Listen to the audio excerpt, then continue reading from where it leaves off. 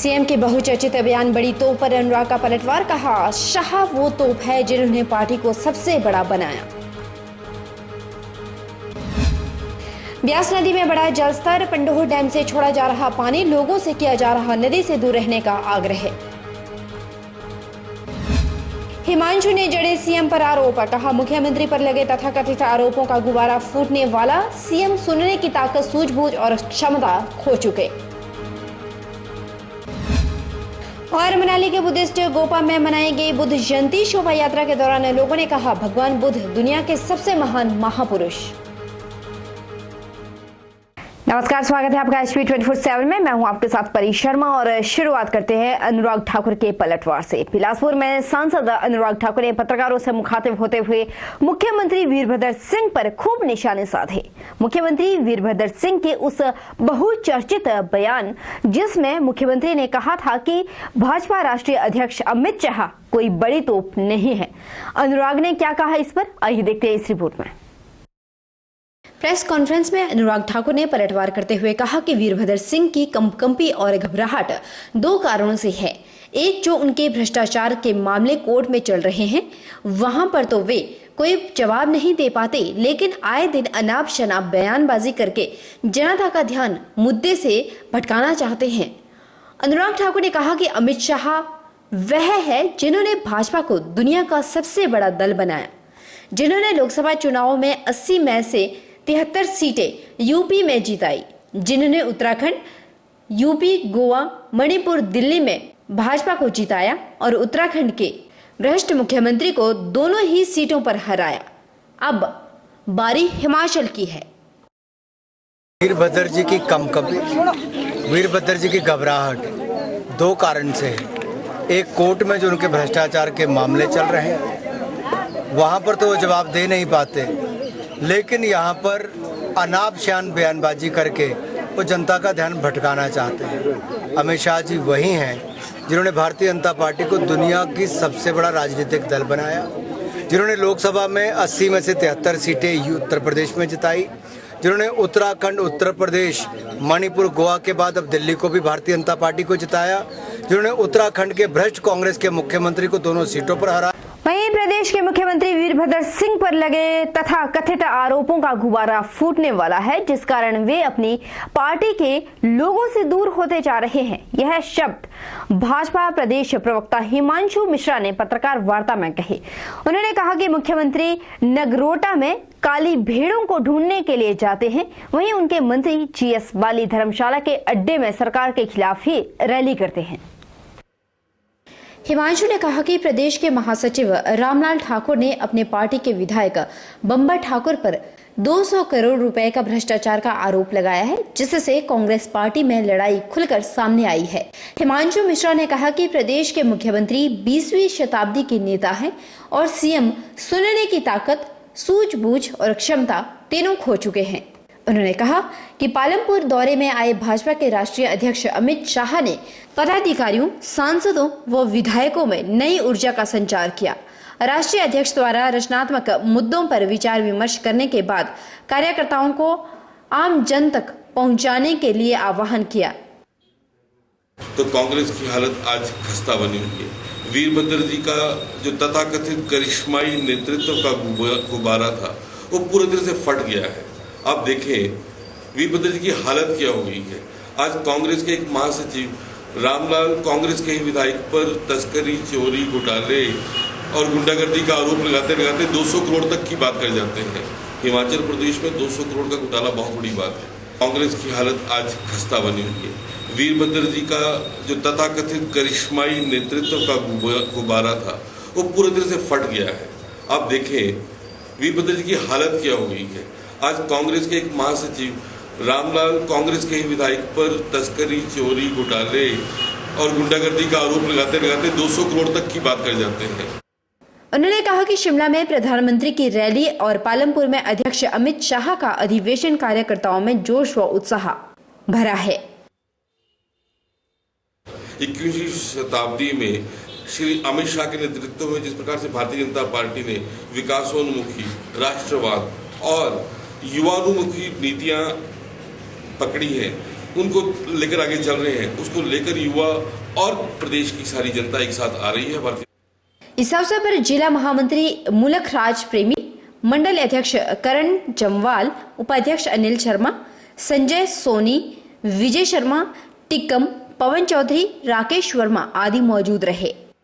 लगातार बर्फ पिघलने के कारण ब्यास नदी में अधिक पानी आने से पंडोह डैम का जलस्तर बढ़ गया है, जिसकी वजह से डैम से पानी को कम करने के लिए गेट नंबर 4 को खोला गया, जिससे अभी थोड़ा थोड़ा पानी छोड़ा जा रहा है। गेट नंबर 4 के खोलने से जहां पानी का स्तर कम हुआ है, वहीं लोगों को भी ब्यास नदी से दूर रहने की हिदायत दी जा रही है, क्योंकि अब ब्यास नदी का स्तर बढ़ेगा।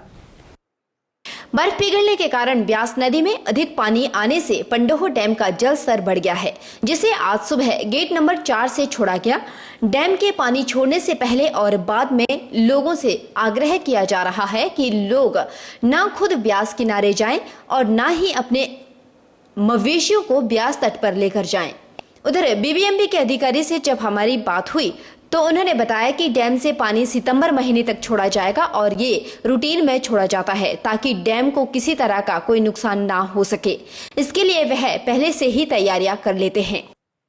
ये बहुत, जब से डैम बना है, जब से हमारी जनरेशन शुरू हुई है, तभी से ये छोड़ा जा रहा है, क्योंकि जब हमारी रिक्वायरमेंट जो डहर पावर हाउस के लिए चाहिए उससे ज़्यादा जब इनफ्लो बढ़ जाता है और लेवल जो हमारी कॉम्पिटेंट अथॉरिटी ने एक मैक्सिमम लेवल डिसाइड किया गया है, उससे जब लेवल बढ़ जाता है और रिक्वायरमेंट के हिसाब से इनफ्लो जब बढ़ जाता है, तो जो दोनों का जो डिफरेंस होता है उस पानी को जो हम स्पिल करते हैं। अदरवाइज पूरा साल जो है, जो माननीय सुप्रीम हाई कोर्ट के जो आदेश हैं उसके हिसाब से 15% पानी जो है पूरी साल छोड़ा जाता है। बीबीएमबी अधिकारी गुप्ता से जब ब्यास नदी में हो रहे हादसे के बारे में पूछा गया तो उन्होंने कहा कि यह दुर्भाग्यपूर्ण है कि लोग थलौट हादसे के बाद भी समझ नहीं पा रहे। उन्होंने कहा कि जगह जगह साइन बोर्ड लगाए गए हैं, लेकिन फिर भी लोग ब्यास तट पर जाते हैं और नहाने, सेल्फियों के चक्कर में अपनी जान गंवा बैठते हैं, जिसका प्रबंधन को बड़ा दुख होता है। लोगों से यह अनुरोध किया जाए कि वो जो है नदी के किनारे न जाएं, जिससे कोई हादसा ना हो। और मेरी पर्यटकों से भी यही गुजारिश है कि वो दरिया के किनारे न जाएं और इसके लिए हमारी सहायता करें, हमारी मदद करें, जिससे कोई विशेष घटना न घटे। मैं यही अनुरोध करता हूं कि 30 सितंबर तक कोई भी नदी किनारे न जाएं। किसी भी समय, रात को, दिन को, कभी भी हम पानी छोड़ सकते हैं। इस संदर्भ में हमने रात को लगभग 5 बजे जो है अनाउंसमेंट की और उसके बाद जो है अभी पानी छोड़ने से पहले जो है गाड़ी मंडी तक भेजी है, जिसमें ये अनाउंस किया जाता है कि आप जो है नदी किनारे ना जाएं। वहीं स्थानीय लोगों ने बताया कि बीबीएमबी वाले डैम को बचाने के लिए हर बार पानी छोड़ते हैं। इसके लिए लाउड स्पीकर लगाकर लोगों को जागरूक भी किया जाता है, लेकिन हादसे फिर भी हो जाते हैं। जो पंडोह डैम हमारा बीबीएमबी के द्वारा बनाया गया डैम है, इसमें इन्होंने अपनी जगह जगह इन्होंने वैसे अपने वो साइन बोर्ड लगाए हुए हैं, इन्होंने चेतावनी के वो लगाए हुए, लेकिन इन्होंने कुछ दिनों में पहले इन्होंने लॉसमेंट करते थे ये पानी की, और अब आजकल ये जो पानी का स्तर इतना बढ़ा हुआ है, अभी लॉसमेंट करते हैं, पर कभी कभी बीच में ये लॉसमेंट करते हैं। पर लोगों को इन्होंने जागरूक करने के लिए हर जगह साइन बोर्ड लगाए हुए हैं, लेकिन फिर भी टूरिस्ट लोग मानते नहीं है। लेकिन अभी भी देखो 2-3 दिन पहले यहाँ हादसा हुआ है, हरियाणा का एक युवक डूब गया, दिल्ली का। फिर भी थोड़ा सा इनको अलर्ट करने के लिए अलर्ट करना चाहिए ज़्यादा इनको। ये लॉसमेंट कभी कभी करते हैं, कभी करते नहीं है। साइन भी हमारा जो यहाँ पे है वो भी जाके रास्ते में देखता रहता है भी कहाँ पे कौन कर रहा है, मगर फिर भी जो टूरिस्ट है वो यहाँ मानता नहीं है और जगह जहाँ भी दिल करता है उनका वो नीचे उतरते हैं। और कई बार तो स्थानीय लोग भी हमारे यहाँ जो हैं वो भी उन्हें हटाते हैं, मगर वो सोचते हैं कि यहाँ पे कोई ये ड्रामा कर रहे हैं या कुछ कर रहे हैं, भी ये हमें कहते हैं कि ये हमें भगा रहे हैं यहाँ से। उधर जब हमारी टीम पंडोह डैम पहुंची तो देखा कि गेट से अधिक पानी का बहाव है, जिसकी वजह से नदी का पानी ज्यादा बढ़ चुका था। बावजूद इसके वो तस्वीरें भी हमारे कैमरे में कैद हो गई, जिसमें हमने देखा कि कुछ लोग अपनी जान की परवाह किए बिना ही ब्यास तट से रेत निकाल रहे थे। आपको दिखाते हैं वो तस्वीरें।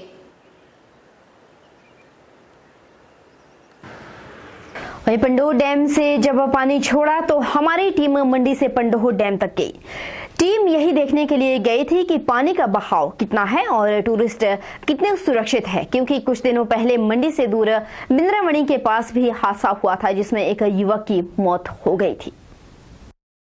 थलाट में जो हादसा हुआ उससे पूरा देश उभर नहीं पाया था, क्योंकि ब्यास ने उस वक्त अपना तांडव दिखाया और हैदराबाद इंजीनियरिंग कॉलेज के 25 स्टूडेंट हमेशा के लिए मौत के आगोश में चले गए। इसके बाद भी ब्यास में मौत का तांडव जारी रहा, लेकिन ब्यास ने सबसे ज्यादा जिन्हें अपने आगोश में लिया वो है सैलानी। हमारी टीम सड़कों पर गई तो पूरे हाईवे में साइन बोर्ड लगा हुआ था। हमने सोचा कि क्या प्रशासन और बीबीएमबी प्रबंधन द्वारा साइन बोर्ड लगाए गए, लेकिन हमने देखा पूरे हाईवे में साइन बोर्ड लगे हुए हैं जिसमें साफ साफ शब्दों में लिखा गया है कि आगे खतरा है, नदी का जलस्तर कभी भी बढ़ सकता है। लेकिन सैलानी इन सब बोर्ड को अनदेखा कर जाते हैं और इन सब चेतावनियों को अनदेखा करके ब्यास नदी में उतर जाते हैं, जिसका ताज़ा उदाहरण एक हफ्ते पहले का है। चंडीगढ़ मनाली NH 21 के साथ 5 मील के पास ब्यास नदी में हरियाणा के पानीपत का एक पर्यटक सेल्फी लेते हुए बह गया। बताया गया था कि एक सेंट्रो कार में सवार होकर 5 दोस्त घूमने मनाली जा रहे थे कि इस बीच मंडी से 5 किलोमीटर आगे बिंद्रावणी के पास पांचों ब्यास की लहरें देख वहां रोमांचित होकर नदी के तट पर आ पहुंचे और एक युवक सेल्फी लेने के लिए पत्थर पर चढ़ गया और अचानक पैर फिसलने से वह सीधा ब्यास के पानी में जा गिरा। घटना के बाद बाकी युवकों ने उसे बचाने के लिए शोर भी मचाया, लेकिन नदी के तट पर कोई उनकी आवाज नहीं सुन पाया और तब तक छात्र पानी में लापता हो गया। इसके बाद सड़क पर आकर 4 युवकों ने पुलिस को सूचना दी तो मौके पर SDM मदन कुमार और DSP राजेश कुमार की अगुवाई में रेस्क्यू ऑपरेशन चलाया गया, लेकिन देर शाम तक वह युवक का कोई सुराग नहीं लग पाया था और दूसरे दिन उसकी लाश मिली। अब सवाल उठता है कि सब कुछ होते हुए भी, यानी कि जगह जगह साइन बोर्ड लगे हुए हैं कि आगे खतरा है, नदी के किनारे ना जाए, कभी भी नदी का जल स्तर बढ़ जाता है, फिर क्यों सैलानी अपनी भावनाओं को खतरे से बैर मोड़ लेते हैं? आखिर कब तक सैलानी सब कुछ जानते हुए इस तरह मौत के आगोश में सोते रहेंगे? ये एक बहुत बड़ा सवाल है। वक्त एक छोटे से ब्रेक के उस पार आपको बताएंगे कि किस तरह से और कौन बना मैट्रिक का टॉपर और क्या बनना चाहती है मैट्रिक की topper.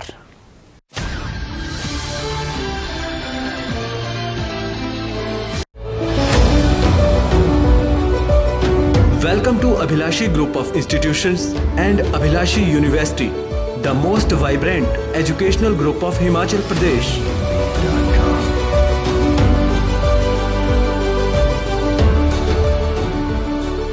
Abhilashi Group gives an opportunity to all its students for better learning.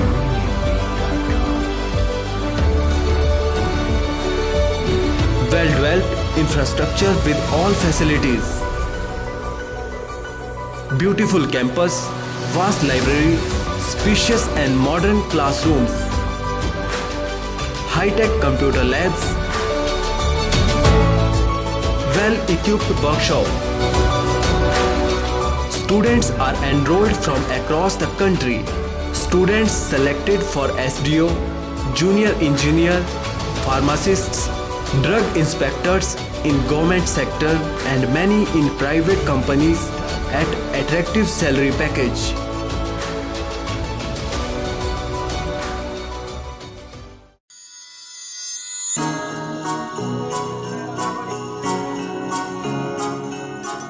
Brinda jewellers, सोने व चांदी में एक विश्वसनीय स्थान। यहाँ आपको मिलेंगे 23 कैरेट व हॉलमार्क के शुद्ध गहने। बृंदा ज्वेलर्स में आप सोने व चांदी के उच्च गुणवत्ता के आभूषण एक से बढ़कर एक डिजाइन में खरीद सकते हैं, वो भी उचित रेंज में।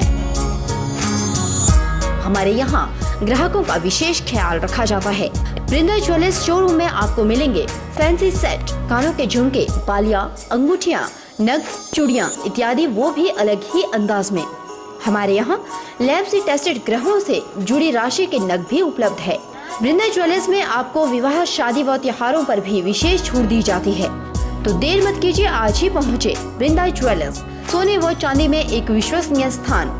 संपर्क 2/11 लाल भवन बिल्डिंग, सिरी बाजार, मंडी, हिमाचल प्रदेश। वृंदा ज्वेलर्स की मंडी में महज एक ही शाखा है, बाकी कोई भी शाखा नहीं है।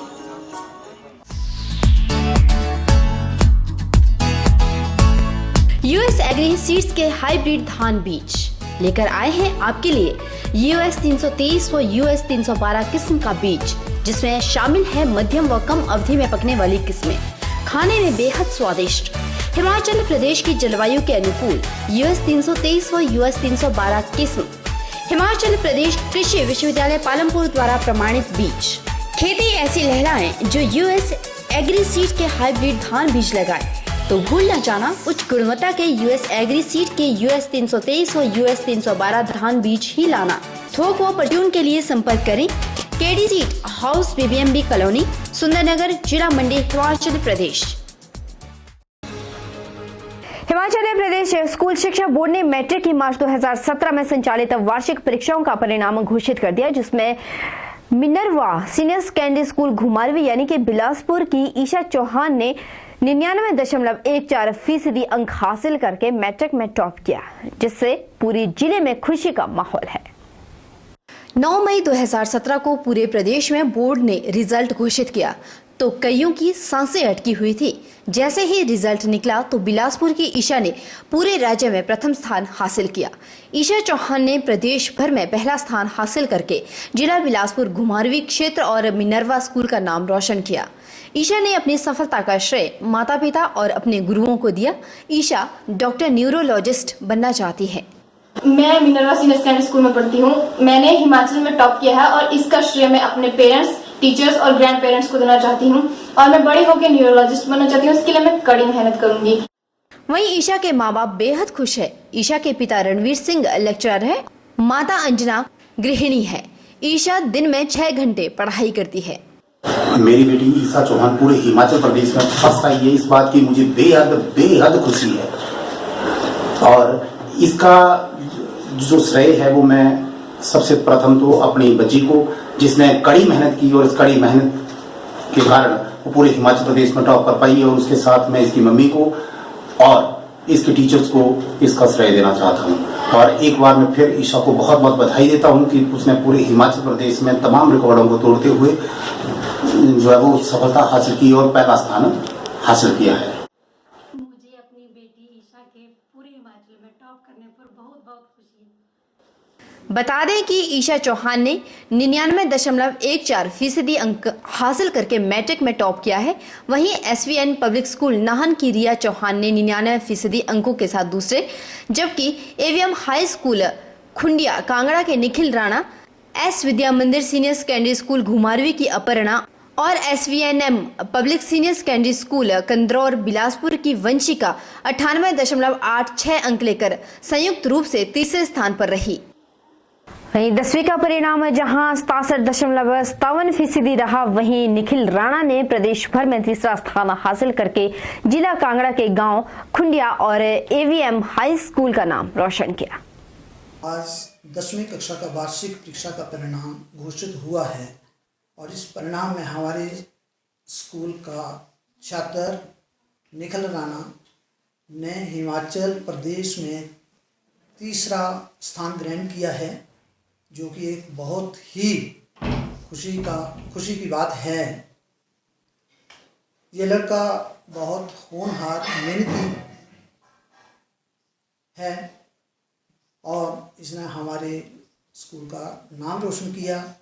मैं कामना करता हूँ कि भविष्य में भी ये लड़का इसी तरह अपने माता पिता का और अपने इलाके में नाम रोशन करता रहे। मैंने स्पोर्ट किया, आज उन्हीं की स्पोर्ट का कारण है कि मैं तीसरा स्थान प्राप्त कर पाया हूँ।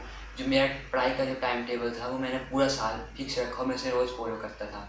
जो भी मुझे टीचर स्कूल में पढ़ाते थे मैं उससे घर में जाके रोज़ दोहराता था और जो भी मुझे प्रॉब्लम आती थी मैं अपने टीचर से पूछता था। उन्होंने मुझे पूरी सहायता की, इसी कारण आज मैं ये मुकाम हासिल कर पाया हूँ।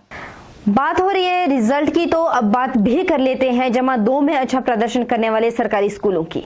जी हां, सरकारी स्कूल की मैट्रिक की जो मेरिट सूची में बुरी तरह से पिछड़ गई, हालांकि जमा 2 में अच्छा प्रदर्शन करने वाले सरकारी स्कूल अव्वल थे, लेकिन अब पिछड़ गए हैं। मैट्रिक की टॉप 10 मेरिट सूची में सरकारी स्कूल की केवल एक ही छात्रा अपना नाम दर्ज करवाने में कामयाब हुई, जबकि शेष सभी टॉपर प्राइवेट स्कूलों के हैं। 10वीं के हिमाचल बोर्ड परीक्षा के वार्षिक नतीजों में बेटियों ने एक बार फिर लड़कों को पछाड़ दिया। प्रदेश स्कूल शिक्षा बोर्ड ने मंगलवार को वार्षिक परीक्षा परिणाम घोषित किया। मेरिट में आए 33 विद्यार्थियों में से 26 स्थानों पर लड़कियों ने कब्जा किया। 7 लड़के ही मेरिट सूची में नाम दर्ज करवा पाए। मैट्रिक की वार्षिक परीक्षा परिणाम में निजी स्कूलों का दबदबा रहा। सरकारी स्कूलों का प्रदर्शन बेहद खराब रहा। मेरिट लिस्ट में सरकारी स्कूल की एक लड़की ही अपनी जगह बना पाई। इतना ही नहीं, मैट्रिक परीक्षा में बैठे कुल 60,176 लड़कों में से 39,278 लड़के ही परीक्षा पास कर पाए। यह आंकड़ा लड़कियों के मुकाबले काफी कम है। हालांकि जमा 2 के वार्षिक परीक्षा परिणाम में सरकारी स्कूलों का अच्छा प्रदर्शन रहा था। ओवरऑल टॉप भी जमा 2 में लड़का ही रहा था। हिमाचल प्रदेश स्कूल शिक्षा बोर्ड के सचिव के मुताबिक पिछले साल के मुकाबले मैट्रिक के परिणाम में इस बार 1% की बढ़ोतरी हुई। स्कूल शिक्षा बोर्ड के मंगलवार को घोषित मैट्रिक का वार्षिक परीक्षा परिणाम 67.57% रहा। मैट्रिक परीक्षा में कुल 1,15,311 विद्यार्थी बैठे थे। इसमें 76,855 विद्यार्थी ने परीक्षा उत्तीर्ण की, जबकि 16,564 परीक्षार्थियों की कंपार्टमेंट घोषित की गई। उधर स्कूल शिक्षा बोर्ड सचिव डॉक्टर मेजर विशाल शर्मा ने कहा कि मैट्रिक परीक्षा परीक्षार्थियों में उत्तर पुस्तिका का पुनर्मूल्यांकन करवाने के लिए 400 और पुनर्निरीक्षण करवाने के लिए 300 रुपए फीस, साथ में 24 मई तक ऑनलाइन आवेदन कर सकते हैं। वहीं कंपार्टमेंट घोषित परीक्षार्थी जून में होने वाली कंपार्टमेंट परीक्षा के लिए ऑनलाइन आवेदन कर सकते हैं। उन्होंने कहा कि बोर्ड की वेबसाइट पर अभ्यर्थी मैट्रिक परीक्षा का परिणाम देख सकते हैं। देखिए जरा किसमें कितना है दम। जी हाँ, बिल्कुल सरकारी ITI रेल में ये चीजें देखने को मिलेगी। आप सोच रहे होंगे कि कैसे, तो हम आपको बताते हैं, लेकिन उसके लिए आपको देखनी होगी हमारी ये रिपोर्ट। ये 35 खिलाड़ी हैं मंडी ITI के, जो इस वक्त रेल ITI के लिए रवाना हुए, जहां 11 मई से 28वीं राज्य स्तरीय प्रतियोगिता का आयोजन किया जा रहा है। इस प्रतियोगिता में ओवरऑल टीम का खिताब जीतने के मंसूबे को लेकर निकले ये खिलाड़ी मैदान में प्रतिद्वंदी टीम को पछाड़ने के लिए पूरी ताकत झोंकेंगे। जब ये खिलाड़ी प्रतियोगिता के लिए निकले तो जीत का साइन दिखाते हुए और मन में जीत का हौसला लिए। आज जैसा आप देख रहे हैं कि हम आज 28th जो मैन स्पोर्ट्स स्टेट लेवल की हो रही है, उसके लिए हम गवर्नमेंट ITI रेल के लिए जा रहे हैं और यहाँ से हम 35 प्लेयर अपने साथ लेके जा रहे हैं, और जिसमें से भिन्न भिन्न ITI से पूरी स्टेट से, अलग अलग ITI से, प्रत्येक डिस्ट्रिक्ट से यहाँ पे बच्चे आए हुए हैं और उनको हम साथ में लेके जा रहे हैं। इस मौके पर मोटर मैकेनिक इंस्ट्रक्टर प्रवीण ने बताया कि रेल में होने जा रही 28वीं प्रतियोगिता को लेकर खिलाड़ी जहां पूरी तैयारियों के साथ निकले हैं, वहीं उनमें इस प्रतियोगिता को लेकर खासा उत्साह भी है। गौर है कि मंडी ITI के खिलाड़ी जीत का सपना लेकर तो गए हैं, लेकिन देखना यह दिलचस्प होगा कि प्रतिद्वंदी टीम को कैसे पटखनी देंगे। यह तो प्रतियोगिता मैदान में ही बता पाएंगे। चलिए रुक कर लेते हैं कालम का। प्रदेश को मालामाल करने वाली औद्योगिक नगरी कालम के दर्जनों बाशिंदे आजकल खतरे के साए में सांसें ले रहे हैं। कालम के मोगी नंद गांव की मारकंडा में तेज पानी अपने हर बहाव में लोगों को मौत के करीब ले जा रही है ये नदी, लेकिन जिला प्रशासन है कि कुंभकर्णीय नींद से जागता ही नहीं, या यूं कहे कि सत्ता में काबिज लोगों की धुन पर डांस करता नजर आ रहा है जिला प्रशासन। मोगीनंद गांव में मारकंडा नदी का तट दिन व दिन तेज बहाव से कटता जा रहा है, जिसका खामियाजा मोगीनंद गांव के दर्जन भर परिवारों को भुगतना पड़ रहा है, जिनके मकान धीरे धीरे जमींदोज होने के कगार पर है। कालम पंचायत प्रधान राजेश ने बताया कि वह यह मुद्दा पिछले 5 सालों से उठा रहे हैं, जिसमें इस भूमि कटाव को रोकने के लिए मुख्यमंत्री ने यहां के लिए बजट स्वीकृत भी करवाया था। प्रशासन द्वारा भी इस जगह को कई बार विजिट किया गया, जिसमें तत्कालीन एसडीएम ने इसके लिए करीब 3,70,000 रुपए का एस्टीमेट बनाया था। साथ ही लगते पुल के लिए भी 1,05,000 रुपए की राशि निर्धारित की थी, जिसे कुछ ही समय बाद स्वीकृत कर लिया गया। इस राशि को डंगा बनवाने के लिए उपलब्ध करवाया गया, लेकिन आज तक वह राशि प्रशासन ने खर्च ही नहीं की, ना ही इस बारे में कोई जानकारी दी कि वह राशि गई तो गई कहां। इसमें जो जीआई साहब ने एस्टीमेट बनाया था तकरीबन 3,70,000 रुपये के करीब था, और साथ में एक पुल के पास भी जो भूमि कटाव हो रहा है, एक घर है वहाँ पे, उसका तकरीबन 1,05,000 रुपये एस्टीमेट बना था, लेकिन एस्टीमेट ही बना, उसके बाद कुछ नहीं। इस भूमि कटाव से लगभग यहाँ पे 20-25 परिवार हैं, और साथ में इंडस्ट्री के लोग भी यहाँ पे रहते हैं। उधर इस बारे में मोगीनंद गांव के ही नरेंद्र सिंह ने बताया कि नाहन विधानसभा क्षेत्र के विकास को जानबूझकर लटकाया जाता है। सत्ता में काबिज कुछ प्रभावशाली नेता सरकारी अफसरों पर अपना दबदबा दिखाकर नाहन विधानसभा के तहत स्वीकृत किए गए बजट को बड़ी चालाकी से अपने इलाके में खर्च करवा रहे हैं, जिस कारण ये कार्य पिछले 5 सालों से अधूरा ही पड़ा हुआ है। इस बारे में उन्होंने जिला उपायुक्त से बजट के बारे में आरटीआई के तहत जानकारी मांगी थी, जिसमें जवाब दिया गया कि उस समय प्रशासन के पास बजट नहीं था, जबकि उस दौरान टीसीपी के तहत उपलब्ध बजट का करीब 1.5 करोड़ रुपया लैप्स हो गया था। इस बारे में यहां के पूर्व वार्ड मेंबर सुनीता ने बताया कि उन्होंने कई बार जिला उपायुक्त से इस बारे में जानने के लिए पत्र भी लिखा, लेकिन वहां से कोई संतुष्टि भरा जवाब नहीं दिया जा रहा। वक्त एक छोटे से ब्रेक का। ब्रेक के उस पर आपको बताएंगे महापुरुष भगवान बुद्ध के बारे में।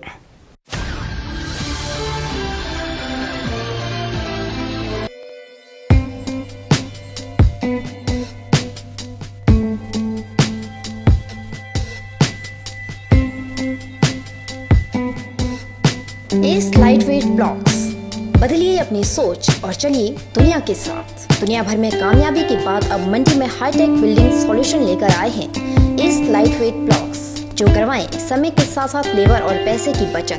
इसमें नहीं होती है रेत और सीमेंट मिलाने की जरूरत और ईंटों की तुलना में भी बिल्कुल सस्ता। पाइए कम ढुलाई खर्च और कम लेबर में बेहतर परिणाम। भवन निर्माण में आए तेजी, प्लस्तर के खर्च से मिले राहत। S lightweight blocks waterproof, fire resistant, earthquake resistant, sound proof, thermal insulator के गुणों के साथ ही हल्का होने के कारण बढ़ाए आपके भवन की उम्र।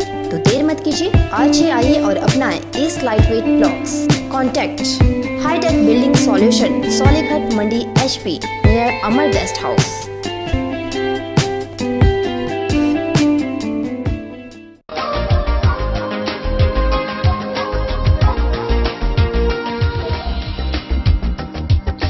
शादी ब्याह का सीजन हो या फिर कोई तीज त्योहार, मोती बाजार स्थित रतन सिंह सर्राफ एंड सन्स में हमेशा ही आभूषणों की चाहवान कुछ नया खरीदने की चाह में पहुंचते हैं। नए नए वैरायटी व नए स्टाइल के गहने एक से एक बढ़कर अनूठे डिजाइनों में आपको यहाँ मिल जाएंगे। 20 सालों से यहाँ आ रहे हैं और यहाँ पे हर टाइप की हर वैरायटी मिलती है, डिफरेंट टाइप के डिजाइन है, ऑन टाइम मिलता है और डीलिंग बहुत अच्छी है लोगों की। शादी का सीजन शुरू होते ही रतन सिंह सर्राफ एंड सन्स में ग्राहकों की तादाद देखते ही बन रही है। यह एक ऐसा ज्वेलरी शोरूम है जो मंडी में सालों से भरोसे और नए नए डिजाइन के लिए जाना जाता है। अगर आप भी गहने लेने की सोच रहे हैं तो एक बार जरूर मोती बाजार स्थित रतन सिंह सर्राफ एंड सन्स में पहुँचे या फिर संपर्क करें 9418 300005।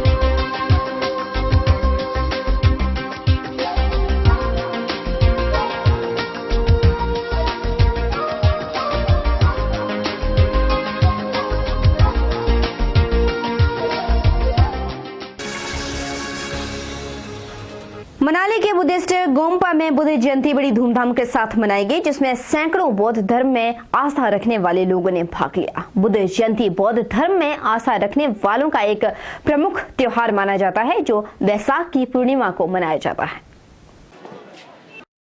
इस दिन भगवान गौतम बुद्ध का महापरिनिर्वाण समारोह भी मनाया जाता है। अपने मानवतावादी और विज्ञानवादी बौद्ध दर्शन से भगवान बुद्ध दुनिया के सबसे महान महापुरुष थे। इसी दिन भगवान बुद्ध को बुद्धत्व की प्राप्ति हुई थी। ये आज के कार्यक्रम का मुख्य आकर्षण है और मैं एक विशेष रूप से आपसे आगे करूंगा। इस अवसर पर गोम्पा के प्रांगण में ध्वजारोहण किया गया। तत्पश्चात मनाली के माल रोड पर शोभा यात्रा निकाली गई।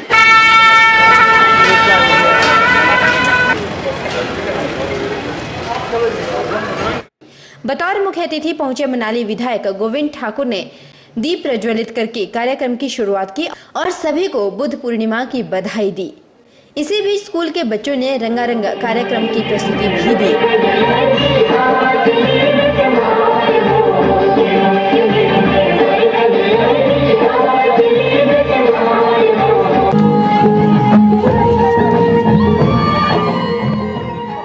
राजा बिंबिसार को पता चला और राजा समेत सब लोगों ने ये कहा कि जब भगवान बुद्ध यहाँ पधार रहे हैं तो भगवान बुद्ध के दर्शन सब लोग करेंगे और भगवान बुद्ध के श्री चरणों में सबके सब अपनी ओर से कोई न कोई उपहार देंगे।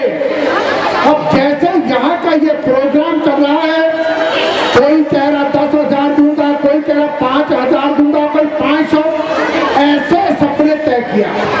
आज पूरे देश में बुद्ध पूर्णिमा के उपलक्ष्य में अनेक कार्यक्रमों का आयोजन भी किया गया।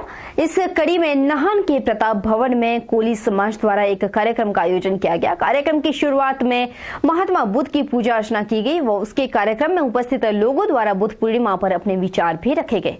कोली समाज नाहन के सदस्य प्रोफेसर बलवीर ने बताया कि महात्मा बुद्ध को कोली समाज में विशेष संबंध था और महात्मा बुद्ध ने हमेशा से ही जाति भाव छुआछूत को समाप्त करने पर जोर दिया था और आज कोली समाज उन्हीं के दिखाए मार्ग पर चल रहा है।